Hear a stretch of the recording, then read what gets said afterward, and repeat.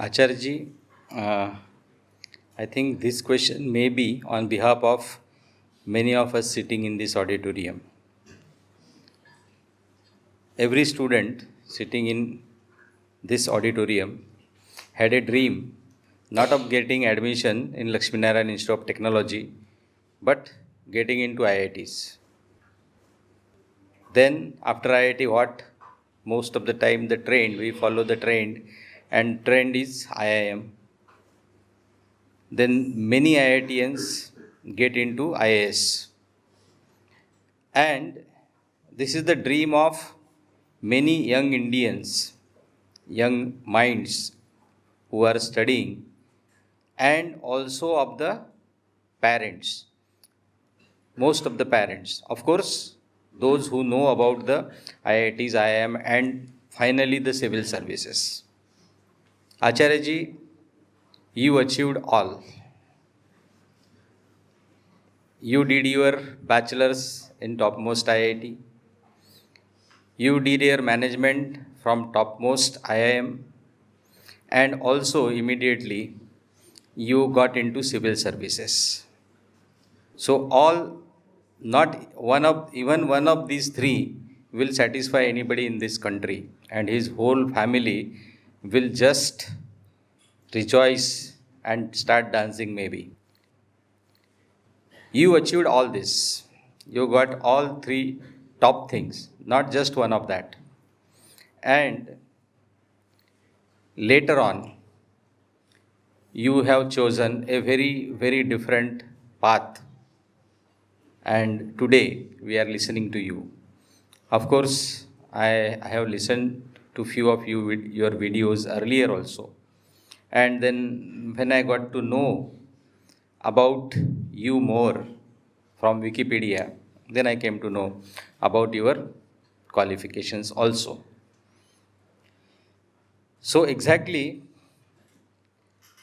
what happened? Because it is not the case that you wanted to get into IIT, so you topped JEE. You wanted to get into IIM, so you cracked the CAT.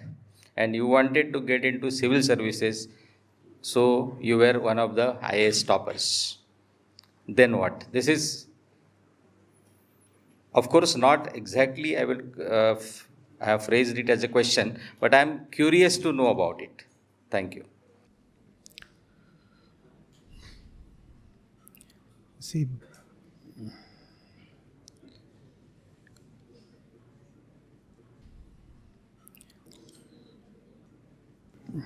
first thing is that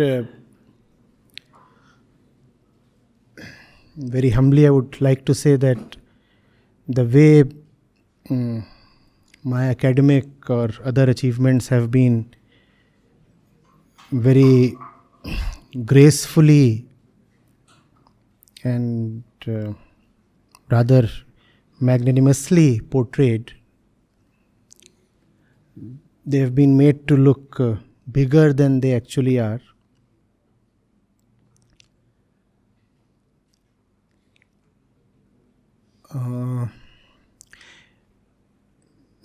See, why does one want to do anything good or big? Why does one want to get into an IIT or an IIM? Because one is, you could say because one wants a good career. You could say because that's the in thing to do. Because that gives you fame, money, recognition. Indirectly, that also helps you get a good wife. Also helps you move abroad. You could say all these things.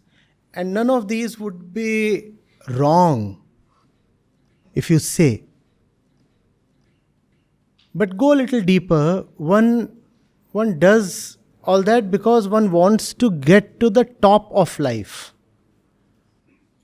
One wants that which is the highest possible. Right? And that is the urge of every living human being, be it me or be it you.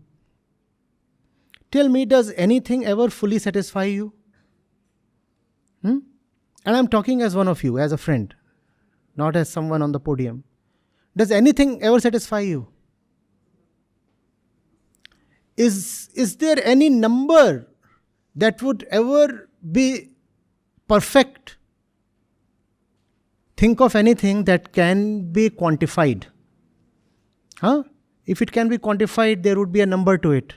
Would any number ever suffice and be perfect? Tell me. Let's say the number in your bank account, the number in your assessment sheet, any number. Would it ever be okay? Not really. Which means each of us, it is not just my story, it's your story. Understand this. Which means each of us is looking for something higher than the highest. Therefore, an IIT is not sufficient.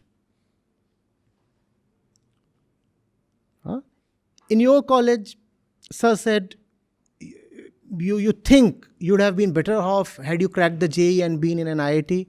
Let me tell you, it's no different with IITians. They too think that they could have done much better than where they are.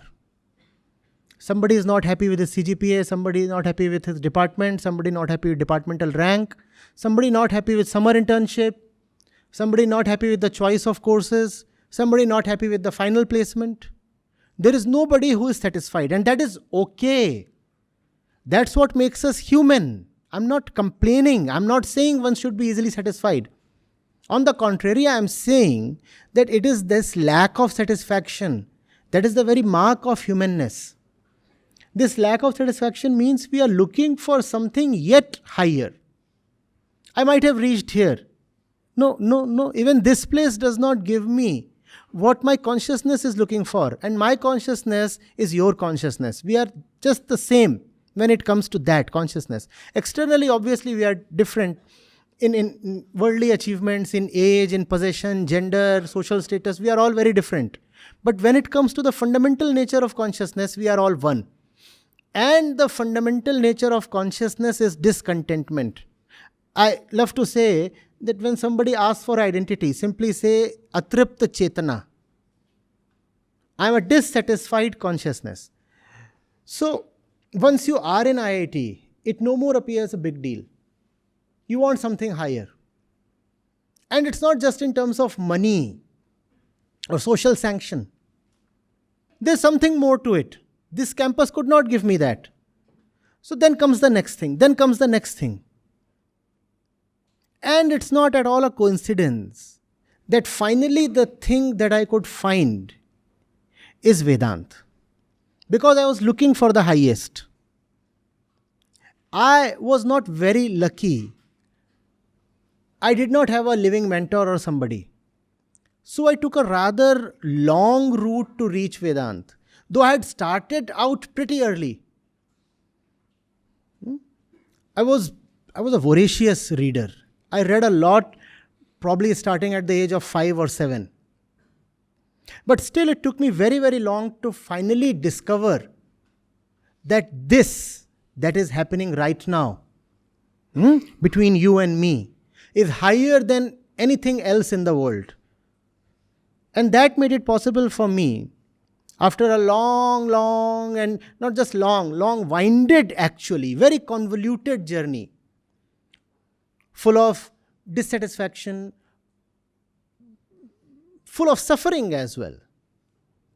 A lot of suffering, a lot of experimentation, to come to this place where I can tell you very easily what it took me very, very long to achieve. Had somebody come to me when I was your age and told me this basic thing, it would have helped me a long way in my journey. But I was not that fortunate. I didn't have anybody coming to an IIT or my school or IIM or any place to tell me what I am telling you. So that's the reason I'm doing this. This is the highest I can give to myself, and this is the highest I can share with you. Hmm? The highest purpose of life itself. True, pure, simple, direct spirituality. For me, that is Vedanta. Are you getting it?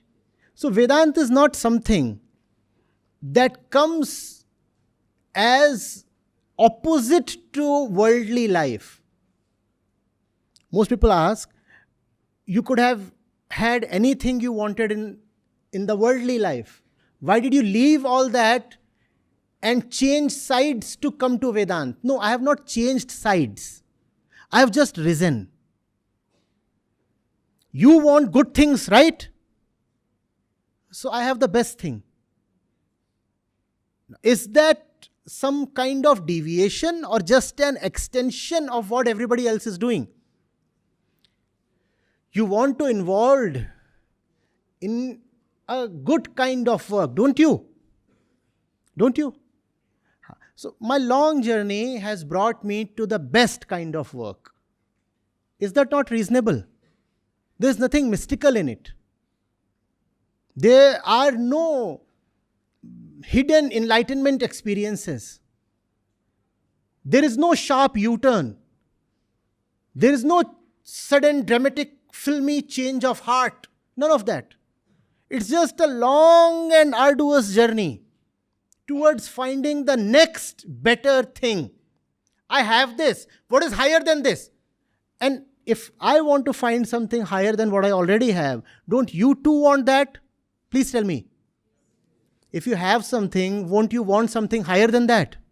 Yes. So I had something, then I went for something higher than that, then higher than that, then higher than that, and ultimately one comes to the highest. Oh, I won't be presumptuous enough to claim I already have the highest. But I am inching towards that. I am not yet dead. Right? I have a few years to live and I want to keep rising and rising. So should you. Or should you not? That's what. Don't settle down. I said to one of the previous questioners, don't commit yourself too early and too easily to anything. Don't allow yourself to be blocked and bounded. And that's the one thing I luckily did. I didn't allow myself to be constrained. I said I want to retain my freedom so that I can move on. And I kept moving on, kept moving on. That's all that I have done. There is no great drama or mystery or something very fascinating involved in this. My life has been just of continuous movement. That's all. And that's what I share with you. It took me long. It'll be great if it doesn't take you that long. No? That's all, sir.